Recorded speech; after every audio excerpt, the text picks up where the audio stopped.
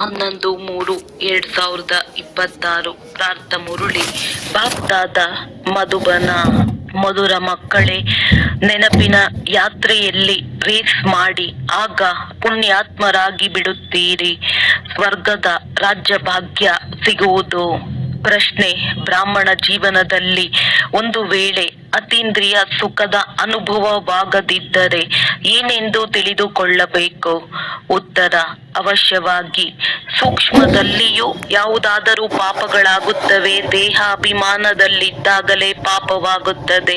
ಯಾವ ಕಾರಣದಿಂದ ಆ ಸುಖದ ಅನುಭೂತಿ ಮಾಡಲು ಸಾಧ್ಯವಿಲ್ಲ. ತಮ್ಮನ್ನು ಗೋಪ ಗೋಪಿಕೆಯರೆಂದು ತಿಳಿದುಕೊಂಡಿದ್ದರೂ ಅತೀಂದ್ರಿಯ ಸುಖವು ಭಾಸವಾಗುವುದಿಲ್ಲವೆಂದರೆ ಅವಶ್ಯವಾಗಿ ಯಾವುದೋ ತಪ್ಪುಗಳಾಗುತ್ತಿವೆ. ಆದ್ದರಿಂದ ತಂದೆಗೆ ಸತ್ಯವನ್ನು ತಿಳಿಸಿ ಶ್ರೀಮತವನ್ನು ತೆಗೆದುಕೊಳ್ಳುತ್ತಾ ಇರಿ. ಓಂ ಶಾಂತಿ. ನಿರಾಕಾರ ಭಗವಾನುವಾಚ. ಈಗ ನಿರಾಕಾರ ಭಗವಂತನೆಂದು ಶಿವನಿಗೆ ಹೇಳಲಾಗುತ್ತದೆ. ಭಕ್ತಿ ಮಾರ್ಗದಲ್ಲಿ ಅವರಿಗೆ ಇಷ್ಟಾದರೂ ಹೆಸರುಗಳನ್ನಿಟ್ಟಿರಬಹುದು. ಅನೇಕ ಹೆಸರುಗಳಿವೆ, ಆದ್ದರಿಂದಲೇ ವಿಸ್ತಾರವಿದೆ. ಸ್ವಯಂ ತಂದೆಯೇ ಬಂದು ತಿಳಿಸುತ್ತಾರೆ. ಏ ಮಕ್ಕಳೇ, ನೀವು ತಮ್ಮ ತಂದೆಯಾದ ಶಿವನನ್ನು ಏ ಪತಿತ ಪಾವನ ಎಂದು ನೆನಪು ಮಾಡುತ್ತಾ ಬಂದಿದ್ದೀರಿ. ಹೆಸರಂತೂ ಅವಶ್ಯವಾಗಿ ಒಂದೇ ಇರುವುದು. ಅನೇಕ ಹೆಸರುಗಳು ನಡೆಯಲು ಸಾಧ್ಯವಿಲ್ಲ. ಶಿವಾಯ ನಮಃ ಎಂದು ಹೇಳುತ್ತಾರೆ. ಅಂದ ಮೇಲೆ ಶಿವ ಎಂಬುದೊಂದೇ ಹೆಸರಾಯಿತು. ರಚಯಿತನು ಒಬ್ಬರೇ ಆದರೂ ಅನೇಕ ಹೆಸರುಗಳಿಂದ ತಬ್ಬಿಬ್ಬಾಗುವರು. ಹೇಗೆ ನಿಮ್ಮ ಹೆಸರಾಗಿದೆ ಪುಷ್ಪ, ಅದಕ್ಕೆ ಬದಲಾಗಿ ನಿಮಗೆ ಶೀಲಾ ಎಂದು ಹೇಳಿದರೆ ನೀವು ಪ್ರತ್ಯುತ್ತರ ನೀಡುವಿರಾ? ಇಲ್ಲ. ಮತ್ಯಾರನ್ನೋ ಕರೆಯುತ್ತಿದ್ದಾರೆಂದು ತಿಳಿಯುತ್ತಾರೆ. ಇದು ಸಹ ಅದೇ ರೀತಿಯಾಯಿತು. ತಂದೆಯ ಹೆಸರು ಒಂದೇ ಆಗಿದೆ. ಆದರೆ ಭಕ್ತಿ ಮಾರ್ಗವಿರುವ ಕಾರಣ, ಬಹಳ ಮಂದಿರಗಳನ್ನು ಕಟ್ಟಿಸುವ ಕಾರಣ ಭಿನ್ನ ಭಿನ್ನ ಹೆಸರುಗಳನ್ನಿಟ್ಟಿದ್ದಾರೆ. ಇಲ್ಲವಾದರೆ ಪ್ರತಿಯೊಬ್ಬರಿಗೂ ಒಂದೇ ಹೆಸರಿರುತ್ತದೆ. ಗಂಗಾ ನದಿಗೆ ಜಮುನಾ ನದಿ ಎಂದು ಹೇಳುವುದಿಲ್ಲ. ಯಾವುದೇ ವಸ್ತುವಿಗೆ ಒಂದು ಹೆಸರು ಪ್ರಸಿದ್ಧವಾಗುತ್ತದೆ. ಈ ಶಿವ ಎಂಬ ಹೆಸರು ಪ್ರಸಿದ್ಧವಾಗಿದೆ. ಶಿವಾಯ ನಮಃ ಎಂದು ಗಾಯನವಿದೆ. ಬ್ರಹ್ಮ ದೇವತಾಯ ನಮಃ ಎಂದು ಗಾಯನವಿದೆ. ವಿಷ್ಣು ದೇವತಾಯ ನಮಃ ಎಂದು ಹೇಳಿ ನಂತರ ಶಿವ ಪರಮಾತ್ಮಾಯ ನಮಃ ಎಂದು ಹೇಳುತ್ತಾರೆ. ಏಕೆಂದರೆ ಶಿವನು ಸರ್ವಶ್ರೇಷ್ಠನಾಗಿದ್ದಾರೆ. ಸರ್ವಶ್ರೇಷ್ಠನೆಂದು ನಿರಾಕಾರನಿಗೆ ಹೇಳುತ್ತೇವೆಂದು ಮನುಷ್ಯರ ಬುದ್ಧಿಯಲ್ಲಿರುತ್ತದೆ. ಅವರ ಹೆಸರು ಒಂದೇ ಆಗಿದೆ. ಬ್ರಹ್ಮನಿಗೆ ಬ್ರಹ್ಮನೆಂದು, ವಿಷ್ಣುವಿಗೆ ವಿಷ್ಣುವೆಂದೇ ಹೇಳುತ್ತಾರೆ. ಅನೇಕ ಹೆಸರುಗಳನ್ನಿಟ್ಟಿರುವುದರಿಂದ ತಬ್ಬಿಬ್ಬಾಗುತ್ತಾರೆ. ಪ್ರತ್ಯುತ್ತರವೇ ಸಿಗುವುದಿಲ್ಲ ಮತ್ತು ಅವರ ರೂಪವನ್ನು ತಿಳಿದುಕೊಂಡಿಲ್ಲ. ತಂದೆಯು ಬಂದು ಮಕ್ಕಳೊಂದಿಗೆ ಮಾತನಾಡುತ್ತಾರೆ. ಶಿವಾಯ ನಮಃ ಎಂದು ಹೇಳುತ್ತಾರೆ. ಅಂದಾಗ ಒಂದು ಹೆಸರು ಸರಿಯಾಗಿದೆ. ಆದರೆ ಶಿವಶಂಕರನೆಂದು ಹೇಳುವುದು ಸಹ ತಪ್ಪಾಗಿ ಬಿಡುತ್ತದೆ. ಶಿವಶಂಕರ ಹೆಸರು ಬೇರೆ ಬೇರೆಯಾಗಿದೆ. ಹೇಗೆ ಲಕ್ಷ್ಮೀ ನಾರಾಯಣ ಎಂಬ ಹೆಸರು ಬೇರೆ ಬೇರೆಯಾಗಿದೆ. ಹೇಗೆ ಲಕ್ಷ್ಮೀನಾರಾಯಣ ಎಂಬ ಹೆಸರು ಬೇರೆ ಬೇರೆಯಾಗಿದೆ. ಅಲ್ಲಿ ನಾರಾಯಣನಿಗೆ ಲಕ್ಷ್ಮೀ ನಾರಾಯಣ ಎಂದು ಹೇಳುವುದಿಲ್ಲ. ಇತ್ತೀಚೆಗಂತೂ ತಮಗೆ ಎರಡೆರಡು ಹೆಸರುಗಳನ್ನು ಇಟ್ಟುಕೊಳ್ಳುತ್ತಾರೆ. ದೇವತೆಗಳಿಗೆ ಈ ರೀತಿ ಡಬಲ್ ಹೆಸರುಗಳಿರಲಿಲ್ಲ. ರಾಧೆಯದೇ ಬೇರೆ, ಕೃಷ್ಣನದೇ ಬೇರೆ. ಇಲ್ಲಂತೂ ಒಬ್ಬೊಬ್ಬರಿಗೆ ರಾಧಾ ಕೃಷ್ಣ, ಲಕ್ಷ್ಮೀ ನಾರಾಯಣ ಎಂದು ಇಟ್ಟುಕೊಳ್ಳುತ್ತಾರೆ. ತಂದೆಯು ತಿಳಿಸುತ್ತಾರೆ, ರಚಯಿತನು ಒಬ್ಬರೇ ಆಗಿದ್ದಾರೆ. ಅವರ ಹೆಸರು ಒಂದೇ ಆಗಿದೆ. ಅವರನ್ನೇ ಅರಿತುಕೊಳ್ಳಬೇಕಾಗಿದೆ. ಆತ್ಮವು ಒಂದು ನಕ್ಷತ್ರ. ಮಾದರಿಯಾಗಿದೆ, ಭ್ರುಕುಟಿಯ ಮಧ್ಯದಲ್ಲಿ ಉಳಿಯುತ್ತದೆ ಎಂದು ಹೇಳುತ್ತಾರೆ. ಮತ್ತೆ ಆತ್ಮವೇ ಪರಮಾತ್ಮನೆಂದು ಹೇಳಿಬಿಡುತ್ತಾರೆ. ಅಂದಾಗ ಪರಮಾತ್ಮನೂ ಸಹ ನಕ್ಷತ್ರವಾದರಲ್ಲವೇ? ಆತ್ಮವು ಚಿಕ್ಕದು ದೊಡ್ಡದಾಗಿರುತ್ತದೆ ಎಂದಲ್ಲ, ಬಹಳ ಸಹಜ ಮಾತುಗಳಾಗಿವೆ. ತಂದೆಯು ತಿಳಿಸುತ್ತಾರೆ, ಏ ಪತಿತ ಪಾವನ ಬನ್ನಿ ಎಂದು ಕರೆಯುತ್ತಿದ್ದೀರಿ. ಆದರೆ ಅವರು ಹೇಗೆ ಪಾವನರನ್ನಾಗಿ ಮಾಡುತ್ತಾರೆ ಎಂಬುದನ್ನು ಯಾರು ತಿಳಿದುಕೊಂಡಿಲ್ಲ. ಗಂಗೆಯನ್ನು ಪತಿತ ಪಾವನಿ ಎಂದು ತಿಳಿದುಕೊಳ್ಳುತ್ತಾರೆ. ಆದರೆ ಪತಿತ ಪಾವನನು ಒಬ್ಬರೇ ತಂದೆಯಾಗಿದ್ದಾರೆ. ತಂದೆಯು ತಿಳಿಸುತ್ತಾರೆ, ನಾನು ಮೊದಲು ಸಹ ಹೇಳಿದ್ದೆನು, ಮನ್ಮನಾಭವ ನನ್ನೊಬ್ಬನನ್ನೇ ನೆನಪು ಮಾಡಿ ಕೇವಲ ಹೆಸರನ್ನು ಬದಲಾಯಿಸಿ ಬಿಟ್ಟಿದ್ದಾರೆ. ಮಕ್ಕಳಿಗೆ ತಿಳಿದಿದೆ, ತಂದೆಯನ್ನು ನೆನಪು ಮಾಡಿದರೆ ಆಸ್ತಿಯು ಇದ್ದೇ ಇದೆ. ಮನ್ಮನಾಭವ ಎಂದು ಹೇಳುವ ಅವಶ್ಯಕತೆಯೂ ಇಲ್ಲ. ಆದರೆ ತಂದೆಯನ್ನು ಮತ್ತು ಆಸ್ತಿಯನ್ನು ಸಂಪೂರ್ಣ ಮರೆತು ಹೋಗಿದ್ದಾರೆ. ಆದ್ದರಿಂದ ತಂದೆಯಾದ ನನ್ನನ್ನು ಮತ್ತು ಆಸ್ತಿಯನ್ನು ನೆನಪು ಮಾಡಿ ಎಂದು ಹೇಳುತ್ತೇನೆ. ತಂದೆಯು ಸ್ವರ್ಗದ ರಚಯಿತನಾಗಿದ್ದಾರೆ ಅಂದ ಮೇಲೆ ಅವಶ್ಯವಾಗಿ ತಂದೆಯನ್ನು ನೆನಪು ಮಾಡುವುದರಿಂದ ನಮಗೆ ಸ್ವರ್ಗದ ರಾಜ್ಯಭಾಗ್ಯ ಸಿಗುವುದು. ಹೇಗೆ ಮಗನು ಜನ್ಮ ಪಡೆದರೆ ವಾರಸುದಾರನು ಬಂದನೆಂದು ತಂದೆಯು ಹೇಳುತ್ತಾರೆ, ಮಗಳಿಗಾಗಿ ಈ ರೀತಿ ಹೇಳುವುದಿಲ್ಲ. ಆದರೆ ನೀವಾತ್ಮರೆಲ್ಲರೂ ಮಕ್ಕಳಾಗಿದ್ದೀರಿ. ಆತ್ಮವು ಒಂದು ನಕ್ಷತ್ರವಾಗಿದೆ ಎಂದು ಹೇಳುತ್ತಾರೆ. ಅಂದ ಮೇಲೆ ಅದು ಅಂಗುಷ್ಟಾಕಾರವಾಗಿರಲು ಹೇಗೆ ಸಾಧ್ಯ? ಆತ್ಮವು ಬಹಳ ಸೂಕ್ಷ್ಮವಾಗಿದೆ.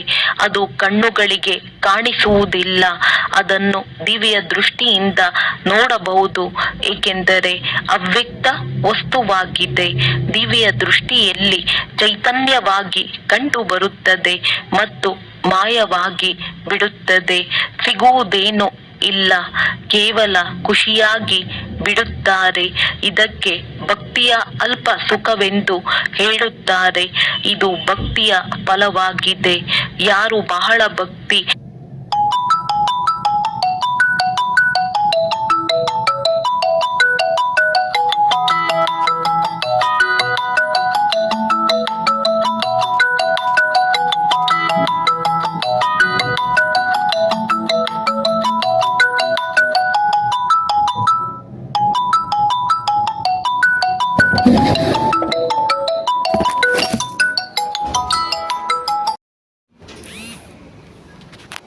ಫಲ ಸಿಗುತ್ತದೆ.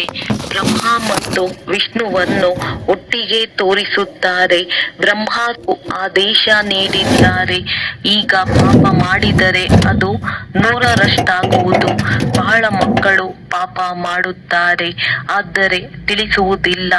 ನಂತರ ಅದು ವೃದ್ಧಿಯಾಗುತ್ತಾ ಹೋಗುತ್ತದೆ. ಮತ್ತೆ ಅಂತಿಮದಲ್ಲಿ ಅನುತ್ತೀರ್ಣರಾಗಿ ಬಿಡುತ್ತಾರೆ. ತಿಳಿಸಲು ಸಂಕೋಚವಾಗುತ್ತದೆ. ಸತ್ಯವನ್ನು ತಿಳಿಸದೇ ಹೋದರೆ ತಮಗೆ ಮೋಸ ಮಾಡಿಕೊಳ್ಳುತ್ತಾರೆ. ತಂದೆಯು ಈ ಮಾತನ್ನು ಕೇಳಿದರೆ ಏನು ಹೇಳುವರು ಎಂದು ಕೆಲವರಿಗೆ ಭಯವಾಗುತ್ತದೆ. ಇನ್ನು ಕೆಲವರು ಚಿಕ್ಕ ತಪ್ಪನ್ನು ಸಹ ತಿಳಿಸಲು ಬಂದು ಬಿಡುತ್ತಾರೆ. ಆದರೆ ತಂದೆ ಅವರಿಗೆ ಹೇಳುತ್ತಾರೆ, ದೊಡ್ಡ ದೊಡ್ಡ ತಪ್ಪುಗಳನ್ನು ಬಹಳ ಒಳ್ಳೆಯ ಮಕ್ಕಳು ಮಾಡುತ್ತಾರೆ. ಒಳ್ಳೆ ಮಹಾರಥಿಗಳನ್ನೂ ಸಹ ಮಾಯೆ ಬಿಡುವುದಿಲ್ಲ. ಮಾಯೆಯು ಪೈಲ್ವಾನರನ್ನೂ ಸಹ ಚಕ್ರದಲ್ಲಿ ತರುತ್ತದೆ. ಇದರಲ್ಲಿ ಬಹು ದೂರರಾಗಬೇಕಾಗಿದೆ. ಇಲ್ಲಿ ಅಸತ್ಯವೂ ನಡೆಯುವುದಿಲ್ಲ.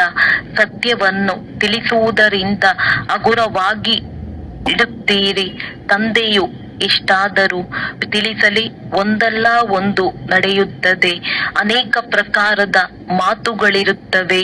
ಈಗ ತಂದೆಯಿಂದ ರಾಜ್ಯವನ್ನು ಪಡೆಯಬೇಕಾಗಿದೆ ಅಂದ ಮೇಲೆ ಬುದ್ಧಿಯನ್ನು ಮತ್ತೆಲ್ಲ ಕಡೆಯಿಂದ ತೆಗೆಯಿರಿ ಎಂದು ತಂದೆಯು ತಿಳಿಸುತ್ತಾರೆ. ನೀವು ಮಕ್ಕಳಿಗೆ ಈಗ ಜ್ಞಾನ ಸಿಕ್ಕಿದೆ. 5,000 ವರ್ಷಗಳ ಮೊದಲು ಭಾರತವು ಸ್ವರ್ಗವಾಗಿತ್ತು. ನೀವು ತಮ್ಮ ಜನ್ಮಗಳನ್ನು ಅರಿತುಕೊಂಡಿದ್ದೀರಿ.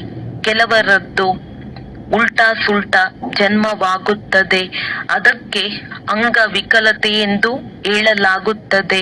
ತಮ್ಮ ಕರ್ಮಗಳ ಅನುಸಾರವೇ ಹೀಗಾಗುತ್ತದೆ. ಬಾಕಿ ಮನುಷ್ಯರಂತೂ ಮನುಷ್ಯರೇ ಆಗುತ್ತಾರೆ. ಆದ್ದರಿಂದ ತಂದೆಯು ತಿಳಿಸುತ್ತಾರೆ, ಮೊದಲನೆಯದಾಗಿ ಪವಿತ್ರರಾಗಿರಬೇಕು, ಎರಡನೆಯದಾಗಿ ಸುಳ್ಳು ಪಾಪ ಮಾಡಬಾರದು, ಇಲ್ಲದಿದ್ದರೆ ಬಹಳ ನಷ್ಟ ಉಂಟಾಗುವುದು. ನೋಡಿ, ಒಬ್ಬರಿಂದ ಸ್ವಲ್ಪ ತಪ್ಪಾಗಿತ್ತು, ಬಾಬಾ ಕ್ಷಮಿಸಿ, ಇಂತಹ ಕೆಲಸವನ್ನು ಇನ್ನೆಂದು ಮಾಡುವುದಿಲ್ಲವೆಂದು ತಂದೆಯ ಬಳಿ ಬಂದರು. ತಂದೆಯು ತಿಳಿಸುತ್ತಾರೆ, ಇಂತಹ ತಪ್ಪುಗಳು ಅನೇಕರಿಂದ ಆಗುವುದು. ನೀವಂತೂ ಸತ್ಯವಾಗಿ ತಿಳಿಸುವಿರಿ. ಕೆಲವರು ತಿಳಿಸುವುದೇ ಇಲ್ಲ. ಕೆಲವರು ಬಹಳ ಒಳ್ಳೆಯ ಮಕ್ಕಳಿದ್ದಾರೆ. ಅವರ ಬುದ್ಧಿಯು ಎಂದೂ ಎಲ್ಲಿಯೂ ಹೋಗುವುದೇ ಇಲ್ಲ. ಹೇಗೆ ಬಾಂಬೆಯಲ್ಲಿ ಡಾಕ್ಟರ್ ನಿರ್ಮಲಾ ನಂಬರ್ 1 ಸಂಪೂರ್ಣ ಸ್ವಚ್ಛ ಹೃದಯಿ ಆಗಿದ್ದಾರೆ ಎಂದು ಮನಸ್ಸಿನಲ್ಲಿ ಉಲ್ಟಾ ಸಂಕಲ್ಪವು ಬರುವುದಿಲ್ಲ. ಆದ್ದರಿಂದ ಹೃದಯವನ್ನೇರಿದ್ದಾರೆ. ಹೀಗೆ ಇನ್ನು ಅನೇಕ ಮಕ್ಕಳಿದ್ದಾರೆ. ಆದ್ದರಿಂದ ತಂದೆಯು ತಿಳಿಸುತ್ತಾರೆ, ಕೇವಲ ಸತ್ಯ ಹೃದಯದಿಂದ ತಂದೆಯನ್ನು ನೆನಪು ಮಾಡಿ ಕರ್ಮವನ್ನಂತೂ ಮಾಡಲೇಬೇಕಾಗಿದೆ. ಬುದ್ಧಿಯೋಗವು ತಂದೆಯೊಂದಿಗಿರಲಿ. ಕೈ ಕೆಲಸದ ಕಡೆ ಬುದ್ಧಿಯು ತಂದೆಯ ಕಡೆ ಇರಲಿ. ಈ ಸ್ಥಿತಿಯು ಅಂತಿಮದ್ದಾಗಿದೆ. ಅದಕ್ಕಾಗಿಯೇ ಅತೀಂದ್ರಿಯ ಸುಖವನ್ನು ಗೋಪಿಯರಿಂದ ಕೇಳಿ. ಯಾರು ಈ ಸ್ಥಿತಿಯನ್ನು ಹೊಂದುತ್ತಾರೆಂದು ಆಡುತ್ತಾರೆ, ಯಾರು ಪಾಪಕರ್ಮ ಮಾಡುವರೋ ಅವರದ್ದು ಈ ಸ್ಥಿತಿಯಾಗುವುದಿಲ್ಲ. ತಂದೆಯು ಚೆನ್ನಾಗಿ ತಿಳಿದುಕೊಂಡಿದ್ದಾರೆ. ಆದ್ದರಿಂದಲೇ ಭಕ್ತಿ ಮಾರ್ಗದಲ್ಲಿಯೂ ಸಹ ಒಳ್ಳೆಯ ಅಥವಾ ಕೆಟ್ಟ ಕರ್ಮಕ್ಕೆ ಫಲ ಸಿಗುತ್ತದೆ. ಕೊಡುವವರಂತೂ ತಂದೆಯಲ್ಲವೇ. ಯಾರು ಅನ್ಯರಿಗೆ ದುಃಖ ಕೊಡುವರು ಅವರು ಅವಶ್ಯವಾಗಿ ದುಃಖವನ್ನು ಅನುಭವಿಸುವರು. ಎಂತಹ ಕರ್ಮ ಮಾಡುವರೋ ಅದರಂತೆ ಅನುಭವಿಸಲೇಬೇಕಾಗುವುದು. ಇಲ್ಲಂತೂ ತಂದೆಯು ಪ್ರತ್ಯಕ್ಷವಾಗಿದ್ದಾರೆ, ತಿಳಿಸುತ್ತಿದ್ದಾರೆ, ಮಕ್ಕಳೇ, ಧರ್ಮರಾಜನು ನನ್ನ ಜೊತೆ ಇದ್ದಾರೆ. ಈ ಸಮಯದಲ್ಲಿ ನನ್ನೊಂದಿಗೆ ಏನನ್ನು ಮುಚ್ಚಿಡಬೇಡಿ. ತಂದೆಗೆ ಎಲ್ಲವೂ ಗೊತ್ತಿದೆ. ನಾವು ಶಿವ ತಂದೆಯೊಂದಿಗೆ ಆಂತರ್ಯದಲ್ಲಿ ಕ್ಷಮೆ ಕೇಳುತ್ತೇವೆ ಎಂದಲ್ಲ. ಏನು ಕ್ಷಮೆಯಾಗುವುದಿಲ್ಲ. ಯಾರದೇ ಪಾಪವು ಮುಚ್ಚಿಡಲ್ಪಡುವುದಿಲ್ಲ. ಪಾಪ ಮಾಡುವುದರಿಂದ ದಿನ ಪ್ರತಿದಿನ ಪಾಪ ಆತ್ಮರಾಗುತ್ತಾ ಹೋಗುತ್ತೀರಿ. ಅದೃಷ್ಟದಲ್ಲಿಲ್ಲದಿದ್ದರೆ ಇದೇ ರೀತಿಯಾಗುತ್ತದೆ. ರಿಜಿಸ್ಟರ್ ಹಾಳಾಗಿ ಬಿಡುತ್ತದೆ. ಒಂದು ಬಾರಿ ಸುಳ್ಳು ಹೇಳುತ್ತಾರೆ, ಸತ್ಯವನ್ನು ತಿಳಿಸಲಿಲ್ಲವೆಂದರೆ ಇವರು ಇದೇ ರೀತಿ ಕೆಲಸ ಮಾಡುತ್ತಿರುತ್ತಾರೆ ಎಂದು ತಿಳಿಯಲಾಗುತ್ತದೆ. ಅಸತ್ಯವನ್ನೆಂದು ಮುಚ್ಚಿಡಲು ಸಾಧ್ಯವಿಲ್ಲ. ತಂದೆಯು ಮತ್ತೆ ಮಕ್ಕಳಿಗೆ ತಿಳಿಸುತ್ತಾರೆ, ಮಕ್ಕಳೇ, ಅಡಿಕೆ ಕದ್ದರೂ ಕಳ್ಳ, ಆನೆ ಕದ್ದರೂ ಕಳ್ಳನೆಂದು ಹೇಳಲಾಗುತ್ತದೆ. ಆದ್ದರಿಂದ ಬಾಬಾ ನಮ್ಮಿಂದ ಈ ದೋಷವಾಯಿತೆಂದು ಹೇಳಬೇಕಲ್ಲವೇ? ತಂದೆಯು ಕೇಳಿದಾಗ ಬಾಬಾ ತಪ್ಪಾಯಿತು ಎಂದು ಹೇಳುತ್ತಾರೆ. ತಾವಾಗಿಯೇ ಏಕೆ ತಿಳಿಸುವುದಿಲ್ಲ? ತಂದೆಗೆ ತಿಳಿದಿದೆ. ಅನೇಕ ಮಕ್ಕಳು ಮುಚ್ಚಿಡುತ್ತಾರೆ. ತಂದೆಗೆ ತಿಳಿಸುವುದರಿಂದ ಅವರಿಂದ ಶ್ರೀಮತ ಸಿಗುವುದು. ಕೆಲವೊಂದು ಕಡೆಯಿಂದ ಪತ್ರಗಳು ಬರುತ್ತವೆ. ಅವಕ್ಕೆ ಏನು ಉತ್ತರ ನೀಡಬೇಕು ಎಂದು ಕೇಳಿರಿ. ನೀವು ತಿಳಿಸುವುದರಿಂದ ಶ್ರೀಮತವು ಸಿಗುವುದು. ಅನೇಕರಿಗೆ ಕೆಟ್ಟ ಹವ್ಯಾಸವಿದೆ, ಅದನ್ನು ಮುಚ್ಚಿಡುತ್ತಾರೆ. ಕೆಲವರಿಗೆ ಲೌಕಿಕ ಮನೆಯಿಂದ ಸಿಗುತ್ತದೆ, ತಂದೆಯು ತಿಳಿಸುತ್ತಾರೆ, ಬಲೆ ಧರಿಸಿ. ಆದರೆ ಜವಾಬ್ದಾರನು ತಂದೆಯಾದರೂ ಸ್ಥಿತಿಯನ್ನು ನೋಡಿ ಕೆಲವರಿಗೆ ತಿಳಿಸುತ್ತೇನೆ, ಮಕ್ಕಳೇ, ನೀವು ಯಜ್ಞದಲ್ಲಿ ಕಳುಹಿಸಿ ನೀವು ಮನೆಯಿಂದ ಕೊಟ್ಟಿರುವ ವಸ್ತುವನ್ನು ಅದಲು ಬದಲು ಮಾಡಿಕೊಂಡರೆ ಒಳ್ಳೆಯದು, ಇಲ್ಲದಿದ್ದರೆ ಅದೇ ನೆನಪಿಗೆ ಬರುವುದು. ತಂದೆಯು ಬಹಳ ಎಚ್ಚರ ವಹಿಸುತ್ತಾರೆ, ಮಾರ್ಗವು ಬಹಳ ಉನ್ನತವಾಗಿದೆ. ಹೆಜ್ಜೆ ಹೆಜ್ಜೆಯಲ್ಲಿ ಸರ್ಜನ್ ಸಲಹೆಯನ್ನು ತೆಗೆದುಕೊಳ್ಳಬೇಕಾಗಿದೆ. ತಂದೆಯು ಶಿಕ್ಷಣವನ್ನೇ ಕೊಡುತ್ತಾರೆ, ಮಕ್ಕಳೇ, ಈಗೀಗೆ ಪತ್ರ ಬರೆದರೆ ಬಾಣವು ನಾಟುತ್ತದೆ. ಆದರೆ ಅನೇಕರಲ್ಲಿ ದೇಹಾಭಿಮಾನವಿದೆ. ಶ್ರೀಮತದಂತೆ ನಡೆಯದೇ ಇದ್ದರೆ ತಮ್ಮ ಖಾತೆಯನ್ನೇ ಕೆಡಿಸಿಕೊಳ್ಳುತ್ತಾರೆ. ಶ್ರೀಮತದಂತೆ ನಡೆಯುವುದರಿಂದ ಪ್ರತಿ ಮಾತಿನಲ್ಲಿ ಲಾಭವಿದೆ. ಮಾರ್ಗವು ಎಷ್ಟು ಸಹಜವಾಗಿದೆ. ಕೇವಲ ನೆನಪಿನಿಂದ ನೀವು ವಿಶ್ವದ ಮಾಲೀಕರಾಗುತ್ತೀರಿ. ವೃದ್ಧರಿಗಾಗಿ ತಂದೆಯು ತಿಳಿಸುತ್ತಾರೆ, ಕೇವಲ ತಂದೆ ಮತ್ತು ಆಸ್ತಿಯನ್ನು ನೆನಪು ಮಾಡಿ ಪ್ರಜೆಗಳನ್ನು ಮಾಡಿಕೊಳ್ಳದಿದ್ದರೆ ರಾಜ ರಾಣಿಯಾಗುವುದಕ್ಕೂ ಸಾಧ್ಯವಿಲ್ಲ. ಆದರೂ ಸಹ ಯಾರು ತಪ್ಪು ಮಾಡಿ ಮುಚ್ಚಿಡುವರೋ ಅವರಿಗಿಂತಲೂ ಶ್ರೇಷ್ಠ ಪದವಿಯನ್ನು ಪಡೆಯಬಹುದು. ತಿಳಿಸುವುದು ತಂದೆಯ ಕರ್ತವ್ಯವಾಗಿದೆ. ನಂತರ ನಮಗೆ ತಿಳಿದಿರಲಿಲ್ಲವೆಂದು ಹೇಳುವಂತಾಗಬಾರದು. ಆದ್ದರಿಂದ ತಂದೆಯು ಎಲ್ಲವನ್ನೂ ತಿಳಿಸುತ್ತಾರೆ. ತಪ್ಪನ್ನು ಕೂಡಲೇ ತಿಳಿಸಬೇಕು. ತಪ್ಪಾದರೂ ಪರವಾಗಿಲ್ಲ, ಮತ್ತೆ ಮಾಡಬಾರದು. ಇದರಲ್ಲಿ ಹೆದರುವ ಮಾತಿಲ್ಲ. ಪ್ರೀತಿಯಿಂದ ತಿಳಿಸಲಾಗುತ್ತದೆ. ತಂದೆಗೆ ತಿಳಿಸುವುದರಲ್ಲಿ ಕಲ್ಯಾಣವಿದೆ. ತಂದೆಯು ಮುದ್ದು ಮಾಡಿ ಪ್ರೀತಿಯಿಂದ ತಿಳಿಸುತ್ತಾರೆ, ಇಲ್ಲದಿದ್ದರೆ ಒಮ್ಮೆಲೆ ಹೃದಯದಿಂದ ಬಿದ್ದು ಹೋಗುತ್ತಾರೆ. ಇವರ ಹೃದಯದಿಂದ ಬಿದ್ದರೆ ಶಿವ ತಂದೆ ಹೃದಯದಿಂದಲೂ ಬಿದ್ದರು. ನಾವು ಡೈರೆಕ್ಟ್ ಶಿವ ತಂದೆಯಿಂದ ತೆಗೆದುಕೊಳ್ಳುತ್ತೇವೆ ಎಂದಲ್ಲ, ಏನೂ ಸಾಧ್ಯವಿಲ್ಲ. ತಂದೆಯನ್ನು ನೆನಪು ಮಾಡಿ ಎಂದು ಎಷ್ಟು ತಿಳಿಸಿದರೆ ಅಷ್ಟು ಬುದ್ಧಿಯು ಇನ್ನೂ ಹೊರಗಡೆ ಅಲೆಯುತ್ತಿರುತ್ತದೆ. ಇವೆಲ್ಲ ಮಾತುಗಳನ್ನು ಡೈರೆಕ್ಟ್ ತಂದೆಯು ತಿಳಿಸುತ್ತಾರೆ. ನಂತರದಲ್ಲಿ ಇದರ ಶಾಸ್ತ್ರಗಳಾಗುತ್ತವೆ. ಇದರಲ್ಲಿ ಗೀತೆಯೇ ಸರ್ವೋತ್ತಮ ಶಾಸ್ತ್ರವಾಗಿದೆ. ಸರ್ವಶಾಸ್ತ್ರಮಯಿ ಶಿರೋಮಣಿ ಗೀತೆ ಎಂದು ಗಾಯನವಿದೆ. ಅದನ್ನು ಭಗವಂತನು ಆಡಿದ್ದಾರೆ. ಉಳಿದೆಲ್ಲ ಧರ್ಮಗಳು ನಂತರದಲ್ಲಿ ಬರುತ್ತವೆ. ಗೀತೆಯು ಮಾತ್ಪಿತಾ ಉಳಿದೆಲ್ಲರೂ ಮಕ್ಕಳಾದರು. ಗೀತೆಯಲ್ಲಿಯೇ ಭಗವಾನುವಾಚವಿದೆ. ಕೃಷ್ಣನಿಗೆ ದೈವಿ ಸಂಪ್ರದಾಯದವನೆಂದು ಹೇಳುತ್ತಾರೆ. ದೇವತೆಗಳಂತೂ ಕೇವಲ ಬ್ರಹ್ಮ, ವಿಷ್ಣು, ಶಂಕರನಾಗಿದ್ದಾರೆ. ಭಗವಂತನು ದೇವತೆಗಳಿಗಿಂತಲೂ ಶ್ರೇಷ್ಠರಾದರು. ಬ್ರಹ್ಮ, ವಿಷ್ಣು, ಶಂಕರ ಮೂವರನ್ನು ರಚಿಸುವವರು ಶಿವನಾದರು. ಬಹಳ ಸ್ಪಷ್ಟವಾಗಿದೆ. ಬ್ರಹ್ಮನ ಮೂಲಕ ಸ್ಥಾಪನೆ, ಕೃಷ್ಣನ ಮೂಲಕ ಸ್ಥಾಪನೆ ಎಂದು ಎಂದಿಗೂ ಹೇಳುವುದಿಲ್ಲ. ಬ್ರಹ್ಮನ ರೂಪವನ್ನು ತೋರಿಸಿದ್ದಾರೆ ಅಂದಾಗ ಯಾವುದರ ಸ್ಥಾಪನೆ? ವಿಷ್ಣುಪುರಿಯ ಸ್ಥಾಪನೆ. ಈ ಚಿತ್ರವು ಹೃದಯದಲ್ಲಿ ಮುದ್ರಿತವಾಗಿ ಬಿಡಬೇಕು. ನಾವು ಶಿವ ತಂದೆಯಿಂದ ಇವರ ಮೂಲಕ ಆಸ್ತಿಯನ್ನು ತೆಗೆದುಕೊಳ್ಳುತ್ತೇವೆ. ತಂದೆ ಇಲ್ಲದೆ ತಾತನ ಆಸ್ತಿಯು ಸಿಗಲು ಸಾಧ್ಯವಿಲ್ಲ. ಯಾರಾದರೂ ಸಿಗಲಿ ಅವರಿಗೆ ಇದನ್ನು ತಿಳಿಸಿ. ತಂದೆಯು ತಿಳಿಸುತ್ತಾರೆ, ನನ್ನೊಬ್ಬನನ್ನೇ ನೆನಪು ಮಾಡಿ, ಒಳ್ಳೆಯದು. ಮಧುರಾತಿ ಮಧುರ ಅಗಲಿ ಹೋಗಿ ಮರಳಿ ಸಿಕ್ಕಿರುವ ಮಕ್ಕಳ ಪ್ರತಿ ಮಾತ್ಪಿತಾ ಬಾಪ್ ದಾದಾರವರ ನೆನಪು, ಪ್ರೀತಿ ಹಾಗೂ ಸುಪ್ರಭಾತ. ಆತ್ಮಿಕ ಮಕ್ಕಳಿಗೆ ಆತ್ಮಿಕ ತಂದೆಯ ನಮಸ್ತೆ. ಧಾರಣೆಗಾಗಿ ಮುಖ್ಯ ಸಾರ. ಗುರಿಯು ಬಹಳ ಉನ್ನತವಾಗಿದೆ. ಆದ್ದರಿಂದ ಹೆಜ್ಜೆ ಹೆಜ್ಜೆಯಲ್ಲಿ ಸರ್ಜನ್ನಿಂದ ಸಲಹೆ ತೆಗೆದುಕೊಳ್ಳಬೇಕಾಗಿದೆ. ಶ್ರೀಮತದಂತೆ ನಡೆಯುವುದರಲ್ಲಿಯೇ ಲಾಭವಿದೆ. ತಂದೆಯೊಂದಿಗೆ ಏನನ್ನು ಮುಚ್ಚಿಡಬಾರದು. ದೇಹ ಮತ್ತು ದೇಹದಾರಿಗಳಿಂದ ಬುದ್ಧಿಯೋಗವನ್ನು ತೆಗೆದು ಒಬ್ಬ ತಂದೆಯೊಂದಿಗೆ ಇಡಬೇಕಾಗಿದೆ. ಕರ್ಮ ಮಾಡುತ್ತಲೂ ಒಬ್ಬ ತಂದೆಯ ನೆನಪಿನಲ್ಲಿರುವ ಪುರುಷಾರ್ಥ ಮಾಡಬೇಕಾಗಿದೆ. ವರದಾನ: ಸದಾ ಏಕರಸ ಸಂಪನ್ನ ಸ್ಥಿತಿಯಲ್ಲಿ ಇರುವಂತಹ ಪುರುಷಾರ್ಥಿಯಿಂದ ಪ್ರಾರಬ್ಧ ಸ್ವರೂಪ ಭವ. ಬಾಪ್ ದಾದಾರವರು ವತನದಿಂದ ನೋಡುತ್ತಾರೆ. ಹಲವು ಮಕ್ಕಳ ಸ್ಥಿತಿಯು ಬಹಳ ಬದಲಾಗುತ್ತದೆ.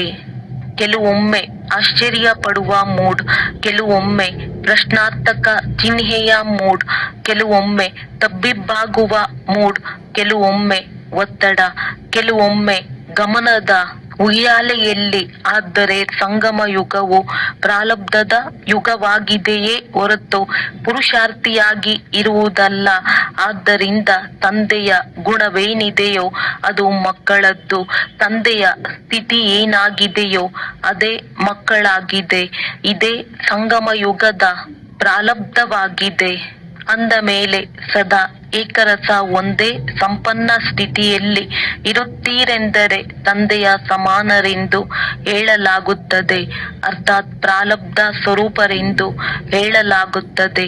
ಸ್ಲೋಗನ್: ಬಾಪ್ ದಾದಾರವರ ಕೈಯಲ್ಲಿ ಬುದ್ಧಿ ಎಂಬ ಕೈ ಇರಲಿ. ಹೀಗಿದ್ದಾಗ ಪರೀಕ್ಷೆಗಳೆಂಬ ಸಾಗರದಲ್ಲಿ ಅಲುಗಾಡುವುದಿಲ್ಲ, ಏರುಪೇರಾಗುವುದಿಲ್ಲ. ಅವ್ಯಕ್ತ ಸೂಚನೆ: ನಿಶ್ಚಯದ ಫೌಂಡೇಶನ್ ತಳಪಾಯವನ್ನು ಬಲಗೊಳಿಸಿ ಸದಾ ನಿರ್ಭಯ ಮತ್ತು ನಿಶ್ಚಿಂತರಾಗಿರಿ. ನಂಬಿಗಸ್ತರ ಮೊದಲನೇ ಲಕ್ಷಣವಾಗಿದೆ ಪ್ರತಿ ಸೆಕೆಂಡ್, ಪ್ರತಿ ಹೆಜ್ಜೆ ಶ್ರೀಮತದಂತೆ ಅಕ್ಯುರೇಟ್ ಆಗಿ ನಡೆಯುವುದು. ನಿಖರವಾದ ಅಕ್ಯುರೇಟ್ ಮೂರ್ತಿಯಾಗುವುದು, ಅರ್ಥಾತ್ ಸುತ್ತಿಗೆಯಿಂದ ಬಡಿಯಬೇಕು. ಸುತ್ತಿಗೆಯಿಂದಲೇ ಅದನ್ನು ಬಡಿದು ಸರಿ ಮಾಡುತ್ತಾರೆ. ನೀವಂತೂ ಸುತ್ತಿಗೆಯ ಏಟು ತಿನ್ನುವ ಅನುಭವಿಯಾಗಿದ್ದೀರಿ. ಯಾವುದು ಹೊಸದಲ್ಲ, ಆಟವೆನಿಸುತ್ತದೆ. ಎಲ್ಲವೇ ನೋಡುತ್ತಿರುತ್ತೀರಿ ಮತ್ತು ಮುಗುಳ್ನಗುತ್ತಿರುತ್ತೀರಿ. ಹೀರೋ ಪಾತ್ರಧಾರಿ, ಅರ್ಥಾತ್ ಸರಿಯಾದ ಅಕ್ಯುರೇಟ್ ಪಾತ್ರ ಅಭಿನಯಿಸುವವರು ನಿಶ್ಚಯ ಬುದ್ಧಿ, ನಿಶ್ಚಿಂತ ಆತ್ಮ. ಸೂಚನೆ: ಇಂದು ನಮ್ಮೆಲ್ಲರ ಅತಿ ಪ್ರಿಯ ಬಾಪ್ ದಾದಾರವರ ಕಣ್ಮಣಿ ತಮ್ಮ ಹೃದಯದಲ್ಲಿ ಬಾಪ್ ದಾದಾರವರನ್ನು ಇಟ್ಟುಕೊಳ್ಳುವಂತಹ ಮಧುರ ದಾದಿ ಗುಲ್ಜಾರ್ ಜಿಯವರ ಪುಣ್ಯ ಸ್ಮೃತಿ ದಿವಸದಂದು ನಾವೆಲ್ಲರೂ ಬ್ರಾಹ್ಮಣ ಕುಲಭೂಷಣ ಸಹೋದರ ಸಹೋದರಿಯರು ಅವರ ಮೂಲಕ ಪ್ರಿಯ ಅವ್ಯಕ್ತ ಬಾಪ್ ದಾದಾರವರ ಪಾಲನೆ ಏನು ಸಿಕ್ಕಿದೆ, ಈ ಪಾಲನೆಯ ರಿಟರ್ನ್ ಕೊಡುವುದರ ಶುಭ ಸಂಕಲ್ಪ ಮಾಡಿ ಹೇಗೆ ದಾದೀಜಿಯವರ ಪ್ರತಿ ಹೆಜ್ಜೆ ಶ್ರೀಮತದಂತೆ ಸರಿಯಾಗಿ ನಡೆದು ಸದಾ ತಮ್ಮ ಮುಗುಳ್ನಗುವ ಮುಖದಿಂದ ಎಲ್ಲರಿಗೆ ಆಶೀರ್ವಾದ ಕೊಟ್ಟರು ಮತ್ತು ಆಶೀರ್ವಾದ ತೆಗೆದುಕೊಂಡರು, ಅಕ್ಯುರೇಟ್ ಪಾತ್ರ ಅಭಿನಯಿಸಿದರು. ಹಾಗೆಯೇ ನಾವೆಲ್ಲರೂ ಅವರ ಹೆಜ್ಜೆಗಳ ಗುರುತಿನ ಮೇಲೆ ನಡೆದು ಅವರಿಗೆ ತಮ್ಮ ಸ್ನೇಹ ಸುಮನ ಅರ್ಪಿತ ಮಾಡೋಣ. ಇದೇ ಅವರ ಪ್ರತಿನಿತ್ಯ ಶ್ರದ್ಧಾಂಜಲಿಯಾಗಿದೆ. ಓಂ ಶಾಂತಿ. ಒಳ್ಳೆಯದು. ಓಂ ಶಾಂತಿ.